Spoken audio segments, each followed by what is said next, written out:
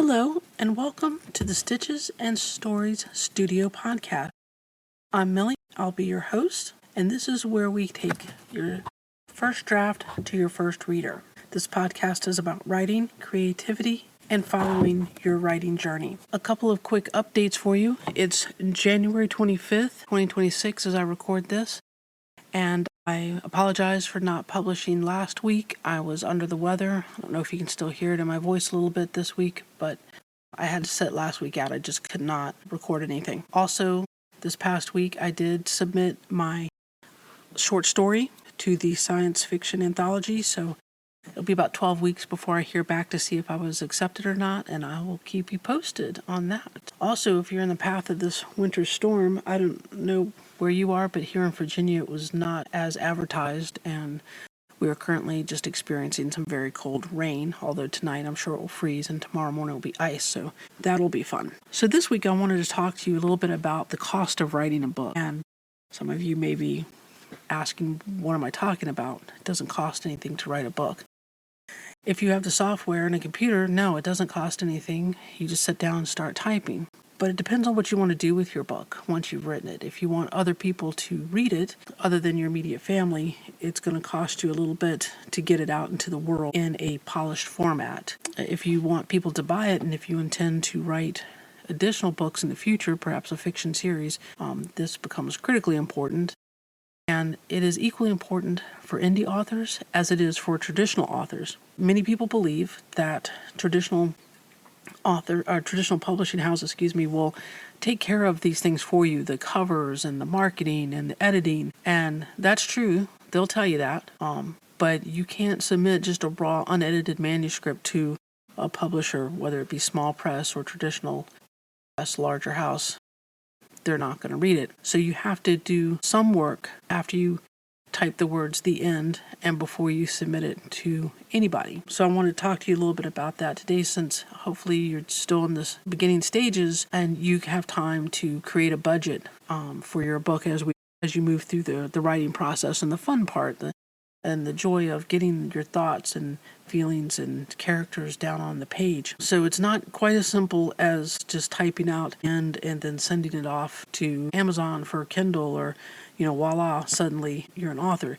You still have to get published somehow, some way, and that's going to cost you a little bit of money, regardless of the means in which you wish to do it. So I have a few numbers for you that I wanted to go over with you, just things to think about when setting up a budget. And remember that you'll need this budget per book. So technically, as I said, it costs you nothing if you already have a computer and at the very least Word. You can start typing. But there's other software out there. Certainly there's a grammar and spell check within Word. There are other programs out there like AutoCrit or a Pro Writing Aid that can help you with other things other than the basic grammar. It can help you with finding repeat words. If you start every sentence in a paragraph with the same word, it'll give you a little alert for that. If you use the word but or the or some other word repeatedly, there's reports you can run. It'll tell you how many times in your manuscript you use that word, and you can go back and start thinking about, is there another way to phrase this sentence or this thought so that I'm not using the same words over and over again. And this will also help you become a better writer as you go through it. So there's expense for those softwares, which can easily be $60 and up per year. If you're doing any kind of research, depending on the type of writing you're doing, there may be research materials, subscriptions to things, databases, or other things that help you in your research. That can be easily $50 to $300 a year. Just be aware when you're putting together your budget, all of the things that you need to have to help you get the book written. Now, once you've done your research or your style editing, you've got your words on your page, there is much more editing to be done. There's developmental editing, there's line editing, there's proofreading, and all of these things can have an expense. If you're the rare person that has maybe some experience in writing already from another profession, or you have a degree in writing of some kind, then maybe this part's the easier part for you, and the graphic design is going to be the hard part for the covers. So we all have our different strengths and our different talents. But for the average person who maybe doesn't have a degree or experience in writing prior to starting their book, you need to think about a 1,000-word manuscript can range anywhere from $800 to $6,400 for developmental editing. And what do I mean by that? That means someone who's reading your book, your manuscript, and looking at the plot, the pacing, the structure, the clarity, character development. Does it all flow? Does it all make sense? Are there plot holes? Did you start with, a theme over here in this chapter and then you never picked it up again? And it kind of leaves the reader hanging, wondering, well, what happened with that thought or what happened with that person? So the development editor catches those types of things. Some ways to defer some of that cost is you may want to join a critique group. Now, there may be a fee involved with that, like a membership fee, or not. There, some local libraries have them. You may want to invest in some coaching, so the developmental editing expenses are less. Line and copy editing is the type of editing I think most people are familiar with. This is where someone looks at the grammar, the consistency, the language, the flow, and this can cost you, again, based on 80,000 words, $800 to $4,000. So something to consider. You absolutely have to have line editing. You might be able to do something a little bit different with the developmental editing and the proofreading, but you really need to have a line editor. And so that's an expense that you really need to budget for. And again, you're going to have to pay for this for each book. And I've mentioned before services and websites like Readsy. Readsy vets all of the service providers they list on their webpage. And the average that I've seen on Readsy for a good editor is anywhere from $1,000 to $2,000. So just be prepared to pay that money. A proofreader, someone who's going to look at it, maybe give you some final polish on your manuscript. That can be anywhere from $300 to $1,500. This might be something you can do with an ARC reader. Maybe someone from your critique group or from another writing group that you belong to, or even your own newsletter mailing list. If you have a fan who wants to be an ARC reader, the way that works is they read the book for you and give you some feedback in exchange for a copy of the book. And hopefully they'll like the book, and when the book comes out, they'll give you a review, but that's not a guarantee, and you can never ever ask for a review. So just something to think about with editing there. And it's a lot. I know I've covered a lot of information in a short period of time there, but it's definitely something you need to research and something you need to think about, because even if you're going to go traditional publishing and they tell you we'll handle the editing and everything, you got to get your foot in the door. It's a very competitive market out there, and you need an agent or a traditional publishing house to even notice your book. And if it's not edited well, they're not going to even look at it. So you need to pay for this service up front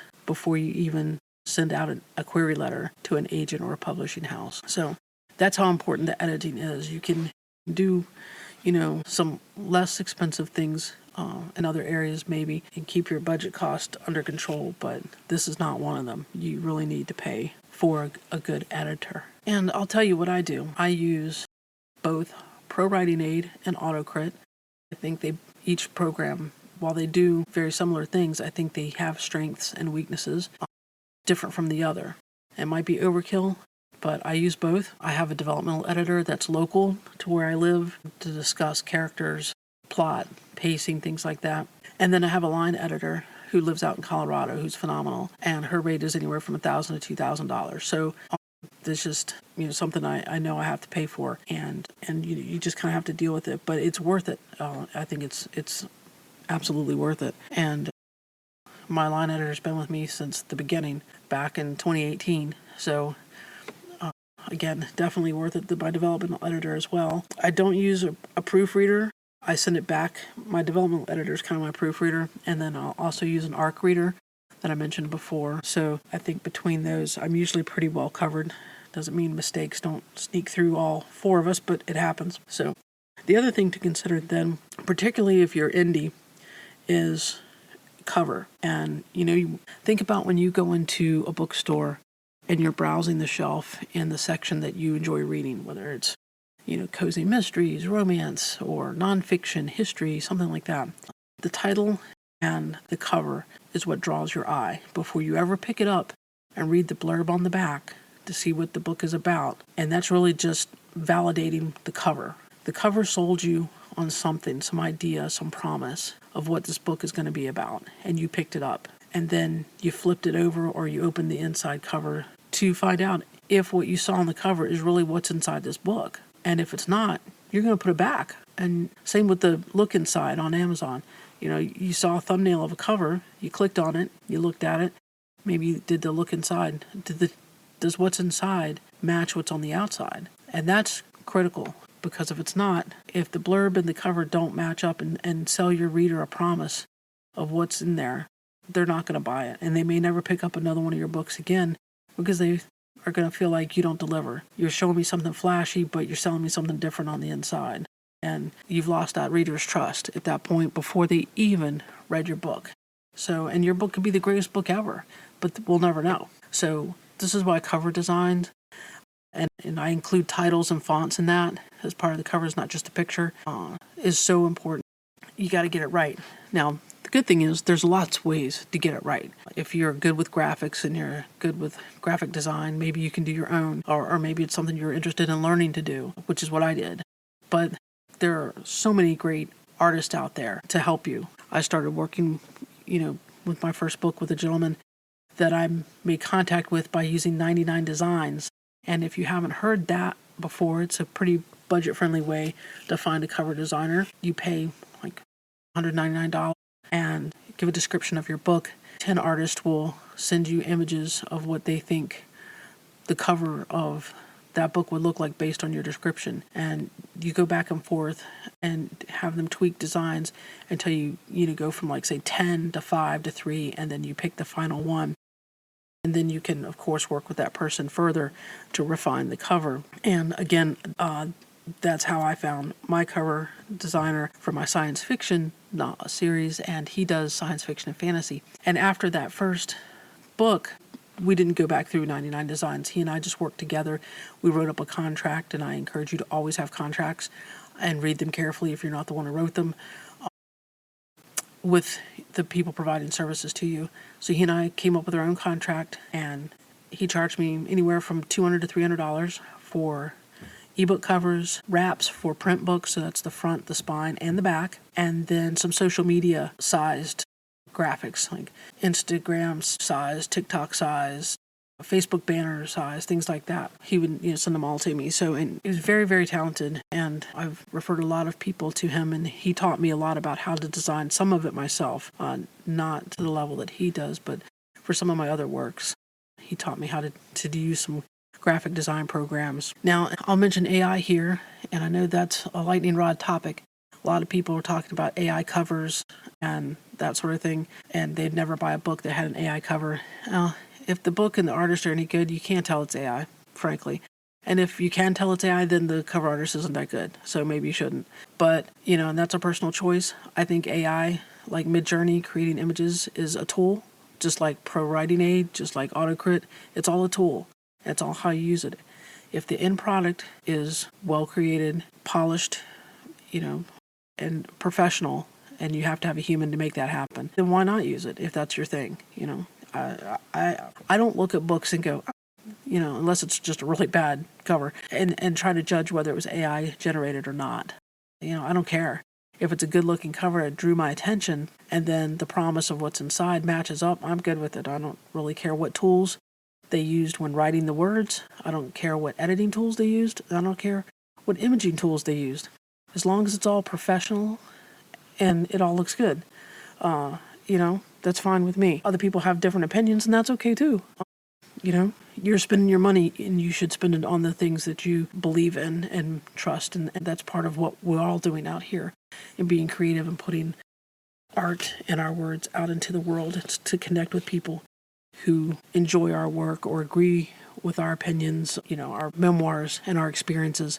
So again, just another tool, but that's going to cost you too, because if you're going to use an AI tool that's any good, you're going to pay for it. And I don't have a number for that. I don't know how much those cost because I don't use it, but just something to think about. So the cost of covers can range for pre-made, meaning someone's already designed something, you like it, and they're just going to put your title and your name on the cover for you, can be anywhere from $50 to $300. You can get something professional, which is what I did with the gentleman that I met through 99 Designs, and that can range anywhere from $300 to $1,500. And then you can go really high-end illustrated, which would be $2,000 plus. So the difference between indie and trad here is indies pay for this up front, and trads pay for it later on in either some exchange over control. Mostly is how you pay for that. Your publishing house will come up with the cover, and you don't, unless it's a small press, you don't get a lot of say in what that cover looks like. They decide if it matches the story, and usually they're pretty good. They're in the business to sell books, and so they know what's hot. They know what the themes are and what the color schemes are and the right fonts to use and that sort of thing. And if you don't know that, let them do it. If you're willing to give up the control on the final say of what the book cover looks like, then, let them do it. Personally, I wasn't prepared for that, and I don't believe in paying a publishing house to publish my book. I would never pay for someone else to do it. If they want to publish my book, it's a royalty share situation. I'm not paying someone else up front unless it's just a service, like paying up front for an editor or paying up front for someone to design the cover for me. But I'm not going to pay a publishing house to do it. That's just my personal choice, and how you go about getting yours done is totally up to you. That's another cost, though. If you pay a small press that says, hey, give us $1,500 and we'll publish your book, that's up to you. I would seriously look at that contract and see what publishing rights you are giving up in that scenario and what your royalty is. Indie authors typically get 65, 70 or more % royalties, and traditional published get, I think, something 20% or less. So it just depends on how much money out of your own pocket you want to spend and how much you're willing to trade for that. Personally, I'm a control freak, and I will trade nothing for that. I will pay out of pocket every last dime before I let somebody else decide what my book is going to say or what it's going to look like. So again, it's all personal preference, and different things work for different people. Another service to think about, regardless if you're planning to go traditional or indie, is formatting. Again, there's software out there to do this for you.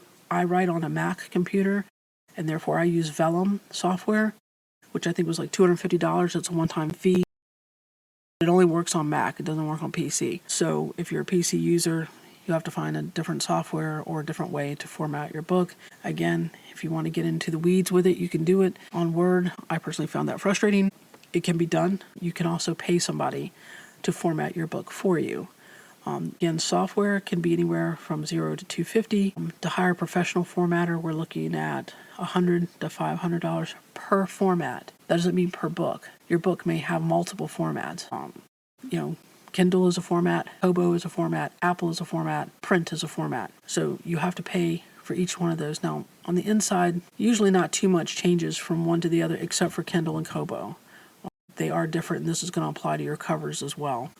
And then for your traditional publishing companies, they're going to handle the formatting, so there's really not anything that you need to do. That's just going to be part of your contract. So that's a pretty easy one there for those looking for traditional publishing. And again, I do mine myself. Vellum, you take your Word document, you plug it in, and you tell it which formats you want, including all the different digital versions plus print, and you can choose different styles. You have some choice in there. There's different fonts, there's different styles, there's images or decorative line breaks, things like that you can choose from, and then it will send you download the files. So you've got all of the digital formats plus print, which comes out in PDF, and then you can add that to whatever format, whatever way you're uploading those online. If you're using something like Draft2Digital, which is an aggregator, and you can send it to different stores all at one time with one, just one upload, that's great. Or if you're going to do it individually, you have your specific site ready formats. So you can go to Amazon or Kobo or whichever site that you want to use, depending on what country you're in, or both. I use both. I upload my books to Amazon directly and to Kobo directly. Every place else that sells my books, I get to through Draft2Digital. So I'm really uploading 3-4 formats. And the reason I do Amazon and Kobo on my own is because if you upload individually to them, you get different promotional opportunities that you may not get if you use Draft2Digital. Draft2Digital will send your books out to a multitude of places, and they do have their own promotional activities that go on. So, and you can sign up for those, as well as separate ones by Smashwords, which is now the same company as Draft2Digital. So you automatically go into Smashwords as well. So something to think about with that. Now, your traditional publisher is publishing your book. They're not publishing you. So they will market your book on their website. You need to market you, which means you still have to do marketing. And so this is still an expense and time. Same as the indies. So you're going to need a newsletter. You're going to need social media presence, a website, have reader engagement, attend, events. And a lot of people think when they're first starting out, oh, the publisher will set up book signings for me. No, they won't. Not until you've got James Patterson level following. You're going to have to set up your own. So, unless if you're a small press, some of those are so unique. They do things a little bit differently, and that may be something you can work into your contract with them. So you're going to pay anywhere from $100 to $500 a year for a website plus email service. You've got to pay maybe up to $300 for graphics and branding tools, and then ads or promotions can be $0 to $1,000 plus. Ads can be Amazon ads, Facebook ads, things like that. Posting on social media is not the same as ads. It is exposure, and it's typically free, but it's not quite the same as a targeted ad, like when you open up your Kindle and that first page is an ad for a book before you swipe and get to the book you want to read. That's a paid ad through Amazon. So let's talk about total cost. Indie versus traditional. Indie publishing, low end, you're going to spend $500 to $1,500 per book. Mid-range is $2,000 to $5,000, and high end is going to be $6,000 to $10,000.